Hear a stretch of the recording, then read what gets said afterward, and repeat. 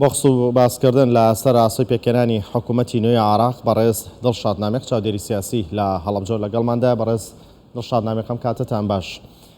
پرسی پێکەنانی حکوومەتی عراق لایەنەکانی دیکەی عراق بۆ دەیبەستنەوە بە یەکێتی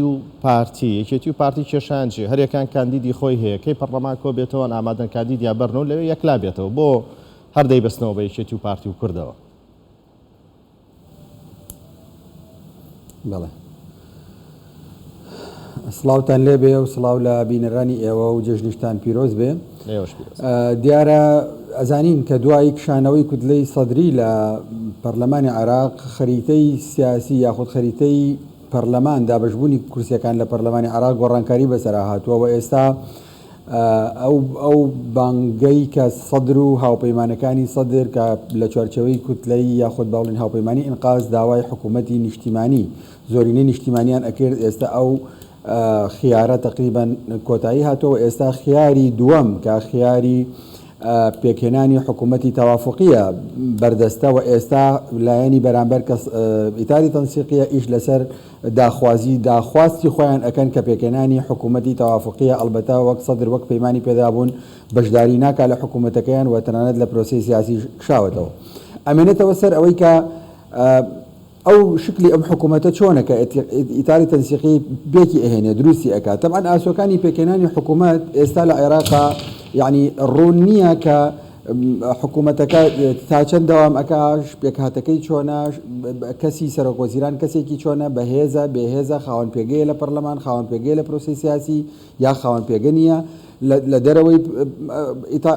باوڵین جەماعەتی تەنسیقیەت یاخود کەسێکی سەر بەخۆی ئەمە هێشتا یەکلایی نەبووتەوە. چونکە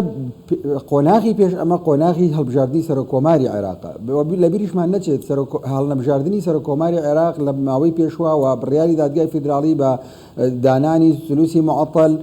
وای کرد کە مەسلەی حکوومەتی زۆرینەی نیشتیمانیش بکەوێتە ئەو تەنگەژەیەوە نەتوانێت دروست بکرێت. لەبەرەوە هەڵبژاردننی سەرۆکۆمار هەنگاوی یەکەمە بۆ ئەوەی کە حکوومەت لە عێراقا پێک بهێنرێەوە نەتیجەی هەڵبژاردن ئەوەی ئێستا لە پەرلەمان هەیە ئەو پێکهاتەی ئێستا لە پەرلەمان زۆرینەیە بتوانێت بگا بە دەسەڵات و دەسەڵات بگرێتە دەست. بۆچی یەکێتی و پارتی گرنگە لەماوە هەمویان ڕویان لە یەکێتی و پارتیە چونکە لە بیرمان نەچێ ینی ئیتاری تەنسیقی سەرڕای خلافاتیان لەگەڵ هەرێمی کوردستان سەرڕای جیاوازی ڕوئیایان بەرامبەر بە حکوومەت بە پێکهێنانی حکوومەت لەگەڵ پارتی دیموکراتی کوردستان کە پارتی پێی وا بووە پێویستە حکوومەتێکی بەهێز لە عێراق بێتەکایەوە و معارەزەیەکی بەهێزیش هەبێ بۆ ئەوەی کە بتوانرێت حکوومەتێک بێ هەم خەدەمی بێ و حکوومەتێکش بێت چاودێری لەسەر بێ. هەر لەسەر ئەم ئەساسش پارتی چۆتە ناو هاوپەیمانی ئینقازەوە لە کاتی خۆیان و ئێستاش سەرڕای کشانەوەی سەدر هاوپەیمانی نێوان پارتی و سونەکان بەردەوامە بە تایبەتی پارتی و حەلبوسی و بەشێک لە هاوپەیمانی ئینقاز جۆرێک لە مانەوەی ماوە ئەوەی کە لە هاوپەیمانەتەکە چۆتە دەرەوە تەنها سەدرە. ئیتاری تەنسیقی نایەنەوێت لە دەرەوەی پارتی دیموکراتی کوردستان حکوومەت دروست بکرێت و نایەنەوێت کە ئیتاری تەنسیقی بە پێکهاتە پێشوەکەی پێکهاتەکەی سەردەمی سەدر بەم پێکهاتەیە خاوەنی حکوومەت بێ و ئەم حکوومەتەی کە دروستە بێ حکوومەتی تەنها ئیتاری تەنسیقی بێ و تەنها تعبیر لە ئەوان بکا و لە دەرەوەی ئەوان بە تایبەتیش پارتی و حەلبوسی یاخود پارتی و بەڵێ هاوپەیمانی سیادە وەک معارەزەی حکوومەتەکە دەربکەون. بۆیە پێی وایە کە پێویستە ئیتاری تەنسیقی پێی وایە کە پێویستە سەرۆکۆماری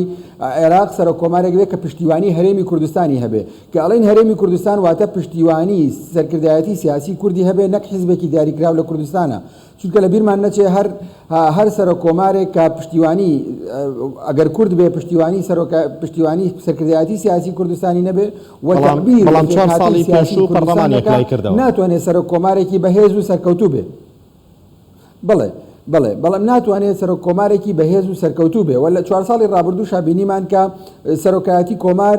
بە حکمی ئەوەی کە مەهامی سەرۆکایەتی کۆمار لە ڕاستیە مەهامێکی گرنگە ڕاستە پۆستەکە پۆستێکی تەشریفایەتیە بەڵام هەروە بە هەوانتە دانراوە سەرۆکایەتی کۆمار لە دەستوری عێراقا. سەرۆکایەتی کۆمار کە دانراوە بە دەرەجەی یەکەم پارێزەری دەستورە پارێزەری ئەوەیە کە دەستور پێشێل نەکرێت لەلایەن دام و دەستگاکانی ترەوە و ئەم مەهامێکی گرنگە بەنسبەت هەموو پێکاتەکانی عێراقەوە بەنسبەت کوردەوە زۆر گرنگترە چونکە ئەم دەستورە با بڵێن گەرنتیمانەوەی کورد و مانەوەی هەرێمی کوردستانە لە چوارچەوەی ناوچەوەی عێراقا لەبەرەوە پێویستە ئەم پۆستە بەدەست هەرێمی کوردستانەوە بێ بەدەست کوردەوە بێ بە معنای فعلیەکەی خۆی وەک چۆن لە ساڵی 2005 هەتا ساڵی 2014 و بەم شێوەیە بووە بۆ ئەوەی کە پشتیوانی هەرێمی کوردستان وەک سیاست وەک مؤسساتی بۆ سەرۆکایەتی کۆمار هەبێ و ئەم شخصە نوێنەرایەتی تەواوی پێکهاتەکانی هەرێمی کوردستان نوێنەرایەتی تەواوی هێزە سیاسیەکانی هەرێمی کوردستان کە ئەمەش بەوە ئەکرێکە کەسێکی تەوافقی دابنرێ و سیاسەتی هەرێمی کوردستان لە عێراقا ڕنگ بداتەوە ئەم سیاسەتی کە هەرێمی کوردستان ئەیکا لە ڕێگەی سەرۆکایەتی کۆمارەوە لە چوارچەوەی حکوومەتی عێراقیە ڕنگ بداتەوە و سەرۆکۆماری عێراق دیفاعکەر بێ لە هەرێمی کوردستان دیفاعکەر بێ لە مافەڕەوەکانی خەڵکی کوردستان و لە مافە دەستوریەکانی تەواوی خەڵکی عێراقی بەوەی کە ڕێگە نەدا دەستور پێشێل بکرێت حکوومەتی عراق دیار نییە تا ئاساس و پێکەنانی حکوومەتی عراق دیار نییە و ئەگەرە بەم بارودۆخە بەم شێوەش بەردەوام بێ هیچی وایەکەی لەم ساڵات پێک بێت ئەگەر پێک نەهات چارەسەر چییە ئەم بارودۆخە سیاسی چی بەسەردێ بەڵێ من ئەو جملەیە تەواو بکەم کاتێککە ئیداری تەنسیقی داوای تەوافق لە یەکێتی و پارتی ئەەکەن بە نسبەت ئەوەی کە سەرۆکۆماری تەوافقیان پێشکەشکەن بەو مانایەیە کە ئەمە ئەوان تێ ئەگەن لەوەی کە سەرۆکایەتی کۆمار وەک شخصی سەرۆکۆمار مەهماکان کەسێکی کوردیش بێ ئەگەر پشتیوانی تەواوی هەرێمی کوردستانی نەبێ و بە تایبەتیش پشتیوانی یەکێتی و پارتی نەبێ لە هەرێمی کوردستان ناتوانێت ڕەزامەندی هەرێمی کوردستان وەک مؤسسە و وەک بەشێک لە عێراق لە حکوومەتی داهاتوو مزۆگەر بکرێت ئەمە حقیقەتێکە و لە ساڵی 2010 تا ئێستا ئەمە حقیقەتە تا حدێکی زۆر ڕەنگی داوەتەوە کە قەراراتی فیدراڵی حکوومەتی فیدراڵی و دام و دەستگاکانی فیدراڵی زۆر جار بە پێچەوانی خواستەکانی خەڵکی کوردستان و دەستوری کوردستانەوە بووە و سەرۆکایەتی کۆمار نەیتوانیوە وەک پێویست ئەم ڕۆڵە ببینێ و دیفاع لەم بابەتە بکە بۆیە بیر لەوە ئەوان ئەمەیان لەلا گرنگە کە ئەم سەرۆکۆمارە کە دێت سەرۆکۆماری تەوافقی بێت و یەکێتی پارتیش لێ ڕێیا گرنگە بەڕاستی ئەمەیان لە بەرچاو بێ و لە ناوخۆی کوردستان اتفاقێک لەسەر شخصێک بکەن لەسەر کەسێک بکەن کە ئەمە نوێنەری خەڵکی کوردستان و هەرێمی کوردستان بێ لەوێ و لە کاتی پێویستە لە ڕێگەی ئەوە بتوانن داوخواستەکانی هەرێمی کوردستان پشتیوانی لێ بکەن و پارێزگاری لێ بکەن بەنسبەت ئاسۆی حکوومەتی عێراقەوە کە ئەگەر هەڵبژاردن مەسەن ئەگەر نەتوانرێ حکوومەت پێک بهێنرێت چی ڕوئەدا بەڕاستی ئێستا جۆرێک لە سەرلێشێوان با بڵێن جۆرێک لە شڵەژان لە نێوان ئەو ئیتاری تەنسیقی و لایەنەکانی ناو ئیتاری تەنسیقی هەیە و دوای کشانەوەی سەدر خلافاتی ناو ئەم ئیتارە و ناو ئەم پێکهاتەیەش دەرکەوتووە ئێستا ئەمان لە ناو خۆیان خلافیان هەیە لەوەی کێ مڕەشەحی سەرۆکوەزیران بێ لە ناو خۆیان خلافیان هەیە کە پۆستەکان چۆن لە ناو خۆیان دابش بکەن شکلی حکوومەتەکە چۆنی بێ هەر لەبەر ئەوە ئێستا بە دەرچوونە دەرەوەی سەدریش هێشتا لە ناو خۆیان ئەمان کێشەی ئەویان هەیە کە چۆن حکوومەتێک پێک بهێنن بۆیە ئاسان نییە کە بتوانن بە شێوەیەکی کۆنکرێتی بگەنە ڕێکەوتن بەڵام لە کۆتاییە بە شێوە شکلەکەی بەپێی ئیجراعاتە یاساییەکان و ڕێوشێنە قانونی و دەستوریەکان ئەتوانرێ یعنی دوای ڕازیکردن و تەوافقکردن و ڕێکەوتن لەگەڵ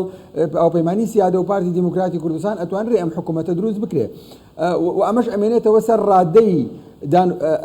سەراحەتی دانوستانەکانی ئیتاری تەنسیقی لەگەڵ هەرێمی کوردستانە و پابندبوونیان بەو وادۆ بەڵێنانەی کە ئەیدەن و بەو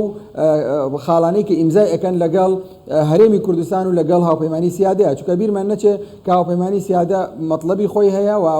پارتی دیموکراتی کوردستان و هەرێمی کوردستانیش مەطالبی خۆیانیان هەیە و مەطالبی هەموو ئەمانە لە چوارچەوەی دەستورە ڕەنگی داوەتەوە خطابی ئیتاری تەنسیقی وەک دوێنێش لە خوتبەی جەژنی عەمار حەکیمە بینیمان یعنی جۆرێک لە نەرمینواندن جۆرێک لە گەڕانەوە و بە خۆداچوونەوەیان هەیە و ئەوانش هەستیان کردووە کە خەلەل هەبووە لە ڕابردووە و هەستیشان کردووە کە ئەم خەلەلە جددیە و ئەم خەلەلە لەسەر وجود و بوونی ئەوان کاریگەری هەیە هەر بۆیە لە خوتبەی جەژنی دوێنەیە مەسەن عەمار حەکیم باسی کۆمەڵێک خاڵ ئەکا کە ئەوانە بەڕاستی گرنگن یەک لەوانە داوا ئەکا کە پێویستە حکوومەتی داهاتوو پەلە بکات لە دەرچواندنی یاسای نەوت و گاز کە ئەمە مەطلبی هەرێمی کوردستانە باسی ئەوە ئەکا کە پێویستە حکوومەتی داهاتوو پرۆسی سیاسی لە داهاتووە پەلە بکرێت لە پێکهێنانی ئەنجومەنی ئیتیحادی کە ئەمە مەطلبی هەرێمی کوردستانە و لە ناو چوارچێوەی بەرنامەی کاری پارتی دیموکراتی کوردستانیش بۆ هەڵبژاردننی پەرلەمانی عێراق یەکێک لە خاڵەکان ئەمە بوو داوای ئەوە ئەکا کە پێویستە پێداچوونەوە بکرێت بە کۆمەڵێک یاسایە کە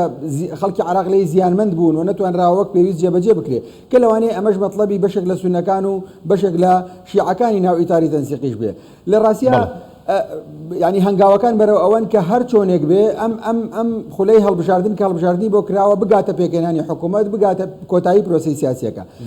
لە کۆتاییدا ئەم حکوومەتەی کە دێت ڕاستە معارەزەیەکی پەرلەمانی بەهێزی نییە بەڵام معارەزەیەکی بەهێزی لە شەقامە هەیە کە خۆی ئەبینێتەوە لە کوتلەی سەدریا کە خۆی ئەبینێتەوە لە سەدرا کە هەر لە ئێستاوە خەریکی جۆشدانی شەقام و ئامادەکردنی شەقامە بۆ بەگژاچوونەوەی ئەم حکوومەتەوە بۆ دۆزینەوەی کلێنەکانی بۆیە بیریش لەوە ئەکەنەوە کە ناڕاستە و خۆ بە جۆرێک لە جۆرەکان ڕەزامەندی ئەویش بەدەست بهێنن و بتوانن داوخواستەکانی ئەویش جێبەجێ بکەن هەر بۆیە زۆر جار باس لە حکوومەتی خەدەمی و تەرکیزکردن لەسەر خەدەمات و ئەوانە ئەکەنەوە لە کۆتایی ئەگەر نتوانرێ حکوومەت دروست بکرێت کە ئەمیان لەوانەیە تا حدێکێک بێ لە ئەگەرەکان ناچار بچنە هەڵبژاردنێکی ترەوە کە ئەمەشیان بەڕاستی ئاسان نییە کە بچنە هەڵبژاردنێکی ترەوە چونکە هەر لە ئێستاوە سەدر ئەڵێ ئێمە لە هیچ هەڵبژاردنێک بەشداری ناکەین و جۆرێک لە جۆرەکان بایکۆتی پرۆسی سیاسی کردووە و لەوانەیە سەر بکێشێ بۆ کۆمەڵێک توندوتیژی و ئاڵنگاری کە بە ئاسانی چارەسەر نەکرێت بەڵێ بەڕێز دڵشاد نامێق چاودێری سیاسی لە هەڵەبجە لەگەڵماندا بووی سپاس بۆ بەشداریکردنتان زۆر سپاس